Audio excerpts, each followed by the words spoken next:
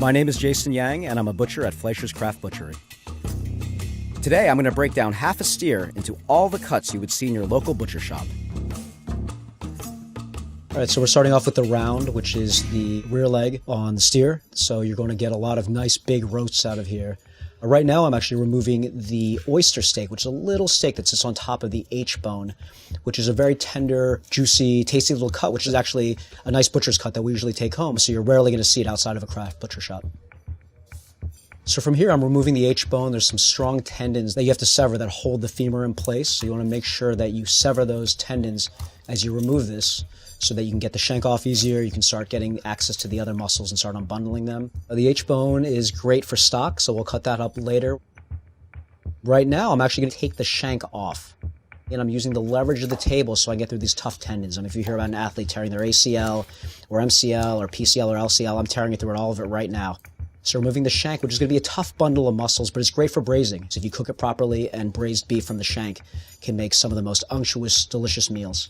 So now we can start unbundling the four muscles that we're looking at. We're looking at our top round, we have our knuckle, we have our eye round, and the bottom round. And you're going to see that this is interesting because it's all seams. We could actually seam the muscles apart.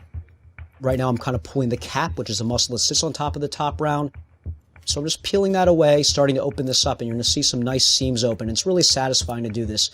I'm literally just flicking my knife with the first 1/4 inch.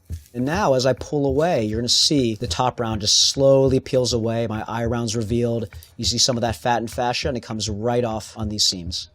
So now we're left with our femur bone, which is going to be what we're going to attack next, so we can get access to the other muscles.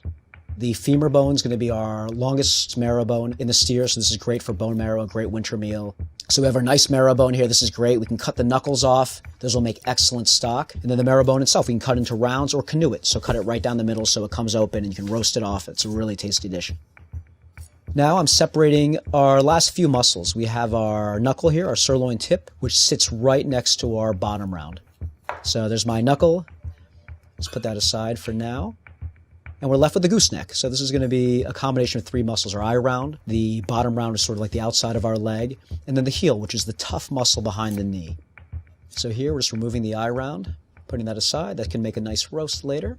And then we have the heel, which can be used for braising. There's a nice cut of steak out of there called the Merlot with a pretty tight grain structure, but if you cook it to like a medium rare and slice it thin, it can be pretty nice.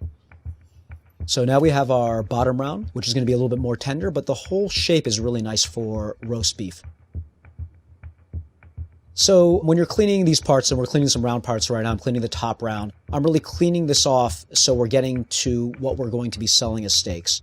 Sometimes there's fascia, sometimes there's connective tissue, sometimes there can be some blood or spotting, so I'll shave that off just to make it more presentable, but also to cut it in such a manner that's going to allow it to either cook properly or give you the best texture. So from here I've cleaned up the top round, which we'll take a look at later.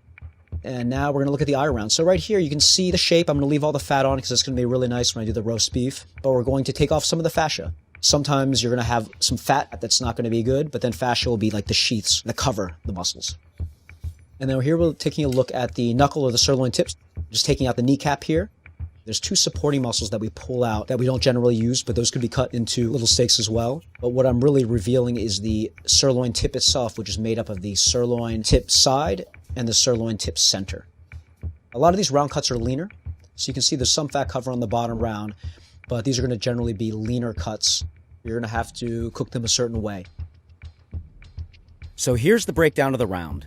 Now I'm going to cut these down even further into the cuts you'd see at the butcher shop.